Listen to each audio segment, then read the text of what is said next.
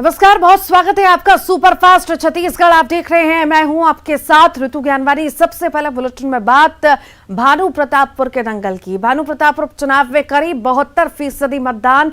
प्रत्याशियों की किस्मत ईवीएम में कैद हो चुकी है। मतदान दलों की अब वापसी हो रही है। पीजी कॉलेज में स्ट्रांग रूम बनाया गया है। मतदान मतपेटियों को लेकर स्ट्रांग रूम पहुंच रहे हैं। सावित्री मंडावी और ब्रह्मानंद नेताम में कड़ी टक्कर है। तो भानु प्रतापपुर उपचुनाव में करीब 72% मतदान हुआ है। प्रत्याशियों की किस्मत ईवीएम में कैद हो चुकी है। मतदान दलों की अब वापसी भी हो रही है। पीजी कॉलेज में स्ट्रांग रूम बनाया गया है। मतदान मतपेटियों को लेकर पहुंच रहे हैं स्ट्रांग रूम। सावित्री मंडावी और ब्रह्मानंद नेताम में टक्कर देखी जा रही है।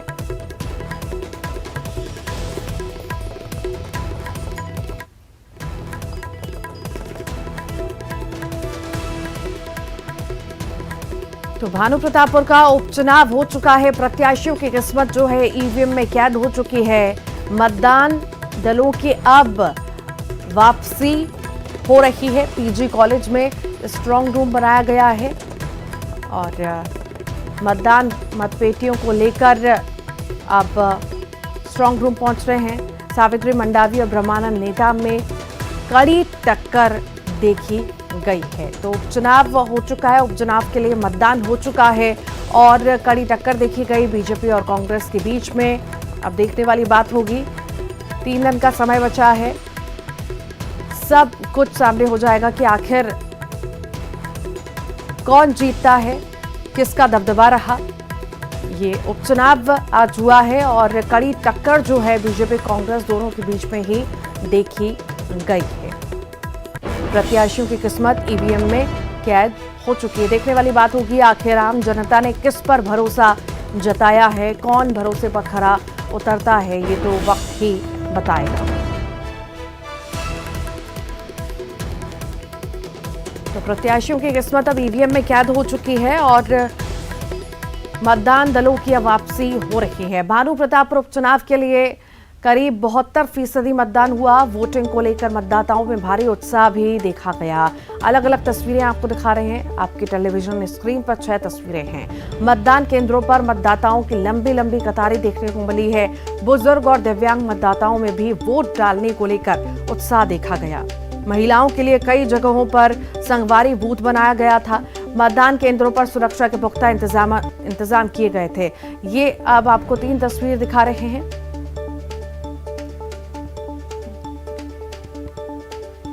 तो अलग अलग 3 तस्वीरें आपको दिखा रहे हैं जहां पर कांग्रेस प्रत्याशी, बीजेपी प्रत्याशी वोट करने के लिए पहुंचे थे, मतदान करने के लिए पहुंचे थे। बहुत मैं पूरा घूमी हूँ। अब देखो यहाँ लास्ट यहाँ भी आ गई हूँ, तो अब बिल्कुल अकबर कोराम कह रहे थे कि मैं 10,000 वोटों से लीड कर रहा हूँ। ब्रह्मानंद नेताम कह रहे थे कि मैं जीत ही रहा हूँ। हम इतना जानते हैं, हम पूरा जनता जो है इतना आशीर्वाद सहयोग उनका मिल रहा है, हम रिकॉर्ड मतों से ये चुनाव जीत रहे हैं। मैं जब से मेरे को टिकट मिला है तब से कह रहा हूँ, मैं फुल कॉन्फिडेंस हूँ। अभी हमारे जो मतदाता हैं वो जिस आधार से भाव दे रहे हैं, आशीर्वाद दे रहे हैं, इसके कारण मैं फुल कॉन्फिडेंस। हाँ, उनके पास धन बल है, हमारे पास जन बल है और यही हमारी ताकत है, जन बल ही। इसी के आधार पे हम कह रहे हैं कि ये हमारी जीत होगी, क्योंकि हमारे साथ जनता है और जनता वो दोनों सरकार को देख चुके हैं, इसलिए उनके कार्यों से ऊब चुके हैं। क्या काम किए नहीं किए हैं ये हम बता भी रहे हैं और उनको भी पता है।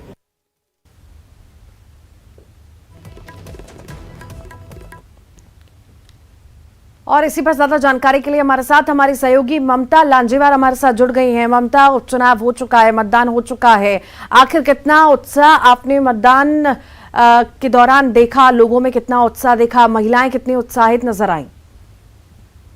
माइक्रो ऑब्जर्वर का रिपोर्ट बिल्कुल, और करीबन 71% के करीबन मतदान कहा जा रहा है। हालांकि फाइनल जो रेशियो है वो कल शाम तक के जो है स्पष्ट हो जाएंगे, लेकिन इसके पहले हम आपको दिखाते हैं कि यहाँ पर ये कांकेर का कॉलेज का मैदान है जहाँ पर मतदान लौटा है। और यहाँ पर आप देख सकते हैं कि ये जो ईवीएम मशीन ले जाई गई थी वो और तमाम जो मतदान सामग्री ले जाई गई थी उसका हिसाब रखा जा रहा है। और सबसे पहले तो हम कोशिश करेंगे कि जो लोग गए हुए थे उनसे बात करने की। कहाँ गए थे सर, आप लोग की ड्यूटी कहाँ लगी हुई थी? मैडम, हम लोगों की ड्यूटी जो है क्योंटी लगी थी 108 नंबर। हाँ, अति संवेदनशील है कि संवेदनशीलता है? संवेदनशील नहीं। लौटने में कोई परेशानी नहीं? नहीं, परेशानी नहीं कितना हुआ जहाँ पर आपने वोटिंग परसेंटेज कितना रहा होगा? लगभग 68% मैम। 68%। जी जी। तो लोकतंत्र के सबसे बड़े जो पर्व है वहाँ पर लोगों ने अपनी ड्यूटी निभाई है, सरकारी कर्मचारी लौटे हैं। आप कहाँ पर गए थे सर? जी, क्योंकि हम लोग एक ही टीम। ठीक रहा सर वहाँ? जी, बढ़िया रहा। हमारे साथ खेम नारायण मौजूद है जो कांकेर के संवाददाता भी है, उनसे भी पूछते हैं कि किस तरह की स्थिति रही। हमने देखा था, हम जहाँ पर मौजूद थे वहाँ पर बच्चे, वहाँ पर बुजुर्ग जो है वो पहुंचे हुए थे, दिव्यांग तक पहुंचे हुए थे और उत्साह साफ तौर पर दिखाई दे रहा था। आपने क्या देखा? जी, भानु प्रतापपुर उपचुनाव में मैंने ये देखा है कि वहाँ जो शहरी क्षेत्र हैं, शहरी क्षेत्रों में लोग काफी जागरूक और उत्साहित नजर आए। सुबह से वहाँ पर कतारें लगी हुई थी। हालांकि भानु प्रतापपुर क्षेत्र विधानसभा क्षेत्र में कई ऐसे स्थान हैं जहाँ अति संवेदनशील इलाके हैं, ग्रामीण क्षेत्र हैं, जहाँ पर उतनी कतारें नजर नहीं आई और दोपहर के बाद लगभग वो खाली से दिखे। लेकिन जो है चरामा जैसे क्षेत्र है भानु प्रतापपुर विधानसभा में, वहाँ पर जो मतदान केंद्र है वहाँ पर भीड़ लगभग 3 बजे तक बनी रही, 3 बजे के बाद भी बनी रही। और 71% जो है अभी बताया जा रहा है कि 71% मतदान हुआ है। लेकिन जो है पिछले 18 का अगर चुनाव का बात करें तो उससे कम ही है, क्योंकि पिछले चुनाव में 76% मतदान हुआ था। हालांकि फाइनल अगर हम बात करें तो वो कल शाम तक के आएंगे। लेकिन एक खूबसूरत तस्वीर ये दिखाई दी कि महिला वोटर्स की संख्या यहाँ पर बहुत ज्यादा है और हमने देखा कि सुबह से जो लंबी कतारें जो लगी थी वो महिला वोटर्स की लगी हुई थी। खेम नारायण जी, आपने भी शायद यही देखा होगा। हाँ जी, मैंने देखा है कि जब संगवारी मतदान केंद्र हम गए हुए थे तो वहाँ पर जो है पुरुषों से ज्यादा कतार, दुगनी कतार जो है महिलाओं की लगी हुई थी। क्योंकि महिलाएं अक्सर क्या होता है कि काम काज निपटाने के बाद वहाँ पर जाते हैं और भानु प्रतापपुर विधानसभा क्षेत्र में महिला जो है मतदाता जो है अधिक भी हैं। जी, तो बिल्कुल ये तस्वीरें थी और इसके साथ ही जो मतदान दल लौट रहा है उनसे भी बात करते हैं कि जहां पर वो गए हुए थे वहां पर किस तरह की स्थिति थी। तो काफी ज्यादा उत्साहित नजर आई जनता और लोकतंत्र के पर्व को बड़े उत्साह के साथ आम जनता ने मनाया। बहुत बहुत शुक्रिया जानकारी को साझा करने के लिए ममता। आगे फिर आपके पास लौटूंगी, आप लगातार बने रहिएगा। भानु प्रतापपुर उपचुनाव की शुरुआत से ही ब्रह्मानंद नेताम पर गिरफ्तारी की तलवार लटके हुए थे।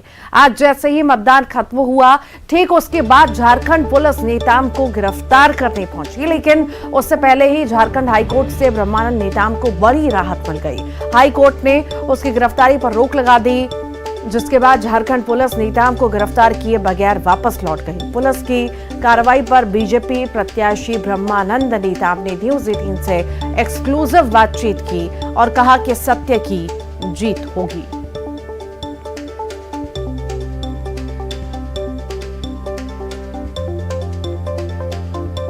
कहा कि 164 का बयान में नाम नहीं आ रहा है, न प्राथमिकी दर्ज में हमारा नाम आ रहा है।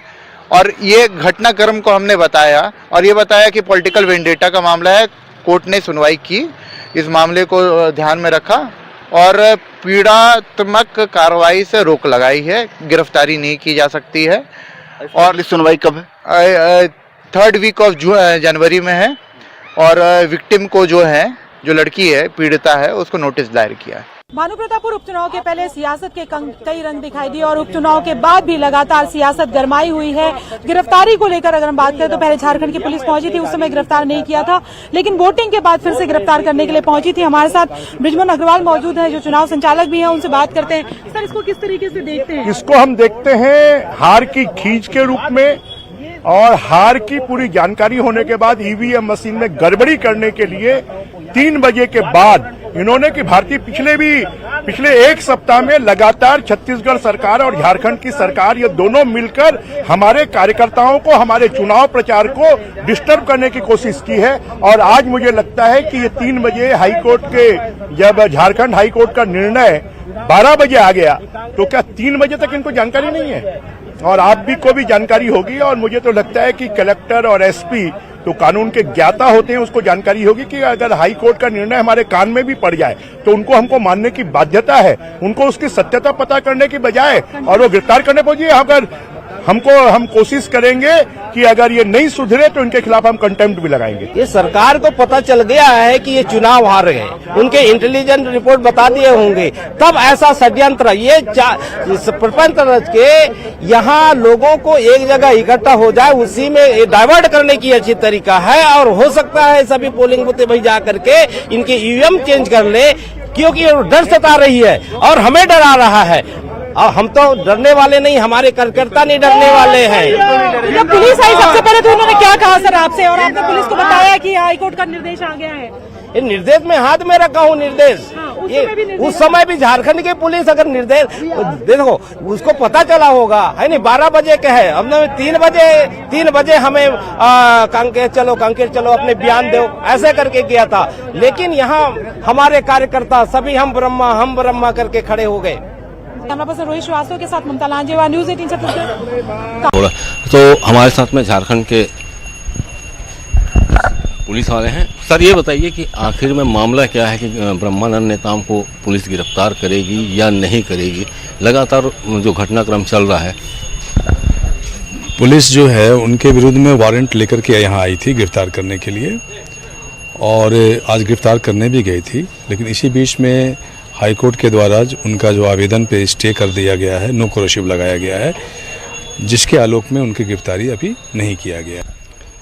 पहले हमारी टीम एक आई थी जो इस केस के अनुसंधान करता है, वो इस केस में बाकी जो 5 जो अभियुक्त थे उनके बारे में साक्ष्य संकलन करने के लिए आए थे। साक्ष्य संकलन करने के बाद न्यायालय से साक्ष्य के आधार पर उनके विरुद्ध में वारंट लिया गया।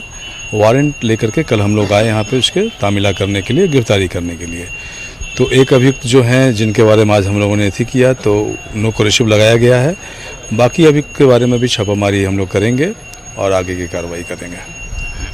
झारखंड से आए पुलिस के अधिकारियों का कहना है कि न्यायालय से स्थगन आदेश लेने के कारण ब्रह्मानंद नेताम को गिरफ्तार नहीं किया है। बाकी आरोपियों की तलाशी की जा रही है, छापेमारी कर उन्हें गिरफ्तार की जाएगी। ये पूरा मामला इस तरीके से है कि अब बाकी आरोपियों की पता तलाशी करने के लिए झारखंड की पुलिस स्थानीय पुलिस की मदद ले रही है और देर सवेर बाकी आरोपियों को गिरफ्तार करेगी। कांकेर से न्यूज 18 के लिए विवेक श्रीवास्तव।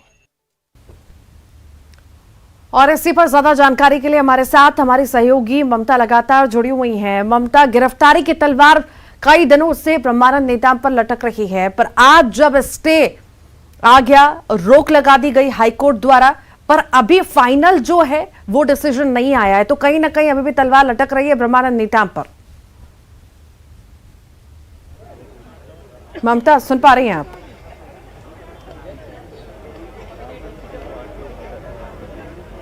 देखिए, चुनाव के जब वोटिंग के पहले तक के हमने देखा था कि किस तरीके से झारखंड की पुलिस जो है वो अचानक से पहुंची थी और उसके बाद में ये बात हुई थी कि ब्रह्मानंद नेताम की गिरफ्तारी होगी। पूरा दिन राजनीतिक घटनाक्रम चला और तमाम जो लीडर्स हैं भानु प्रतापपुर में इकट्ठे हुए थे बीजेपी के, और उन्होंने पूरे अपने लेयर पे रखा था। रात को ब्रह्मानंद नेताम बाहर निकलते हैं, फिर से उसी भानु प्रतापपुर में रहते हैं और बाद में चुनाव प्रचार करते हैं और खुलकर चुनौती भी देते हैं। उसके बाद में सारा जो अगर हम बात करें तो सब कुछ शांत सा नजर आता है। लेकिन आज जैसे ही वोटिंग खत्म हुई उसके बाद में 3 बजे जो है वो पुलिस, झारखंड की पुलिस पहुंची थी उनको गिरफ्तार करने के लिए। हमारे साथ खेम नारायण मौजूद है, उनसे बात करते हैं।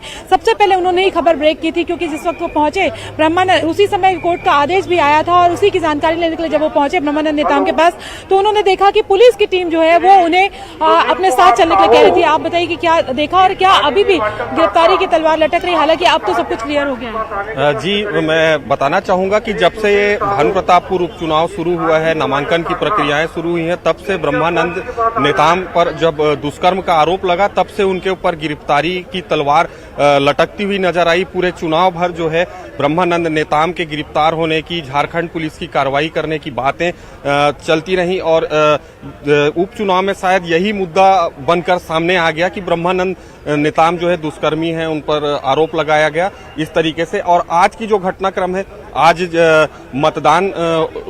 मतदान हुआ है, मतदान के बाद जो है 3 बजे तक का शायद समय देख रही थी पुलिस की, मतदान का समय खत्म हो जाए तब हम ब्रह्मानंद के पास जाएं और उनको अपने साथ लेकर थाना पहुंचे।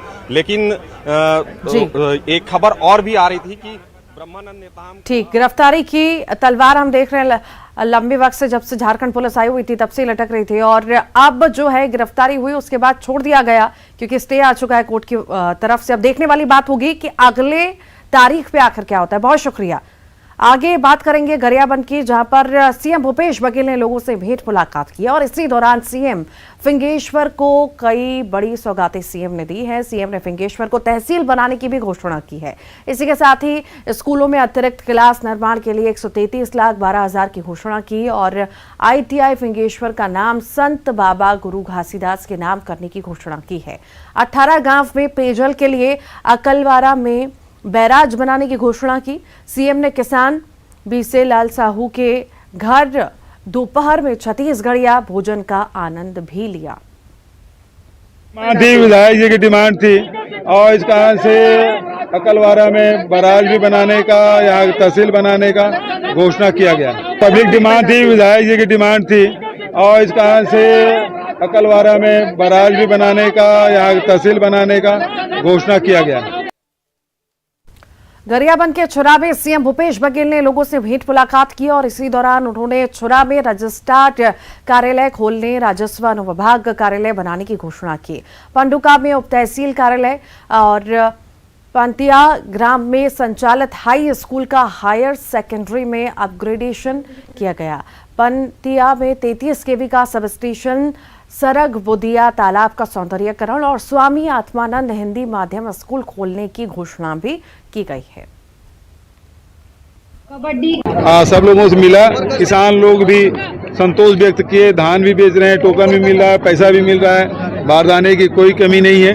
और साथ ही सारे योजनाओं का लाभ, चाहे राजीव गांधी किसान न्याय योजना हो, भूमि श्रमिक न्याय योजना हो, गोधन न्याय योजना हो, सबका लाभ ले रहे हैं। मुख्यमंत्री सुपोषण योजना हो, चाहे मुख्यमंत्री हाट बाजार क्लिनिक योजना हो, सबका लाभ ले रहे हैं। स्वामी आत्मानंद अंग्रेजी स्कूल के बच्चे बहुत, उनसे भी मुलाकात हुई। राजीव मैदान क्लब के सब साथियों से मुलाकात हुई। यहाँ आवास के बारे में जरूर शिकायत मिली और मैंने कलेक्टर को निर्देशित किया कि 1 महीने में सब सर्वे करा के जो पात्र हितग्राही है उसका केस बनना चाहिए। अंबिकापुर मेडिकल कॉलेज अस्पताल में 4 बच्चों की मौत हो गई, जिसमें वहां अफरा तफरी मच गई। अस्पताल में सभी बच्चे special new born care unit यानी SNCU में भर्ती थे। रात बिजली गई और जिसके बाद सुबह पता चला कि 4 बच्चों की मौत हो गई है। इस पूरे मामले को लेकर बच्चों के परिजनों ने अस्पताल प्रबंधन पर गंभीर आरोप लगाए। परिजनों ने अस्पताल पर लापरवाही के आरोप लगाए। उनका कहना है कि लापरवाही के कारण बच्चे की जान चली गई। कलेक्टर ने पावर कट होने की वजह से बच्चों की मौत होने की बात से इनकार किया। बच्चों की मौत के बाद वहां पर बीजेपी कार्यकर्ताओं ने हंगामा मचाया और प्रदर्शन किया। स्वास्थ्य मंत्री और स्वास्थ्य विभाग के खिलाफ जमकर नारेबाजी की। मौके पर जिला प्रशासन और पुलिस विभाग की टीम ने स्थिति को संभाला। स्वास्थ्य मंत्री TS सिंहदेव ने मामले पर संज्ञान लेते हुए स्वास्थ्य सचिव R प्रसन्ना को जांच के निर्देश दिए। उन्होंने SNCU का निरीक्षण किया। उन्होंने कहा कि नवजात शिशुओं के स्वास्थ्य व्यवस्था में कहीं भी कोई तकलीफ नहीं थी। क्रिटिकल कंडीशन होने की वजह से नवजात शिशुओं की मौत हो गई और मामले की जांच के बाद दोषियों पर सख्त कार्रवाई करने की बात कही है।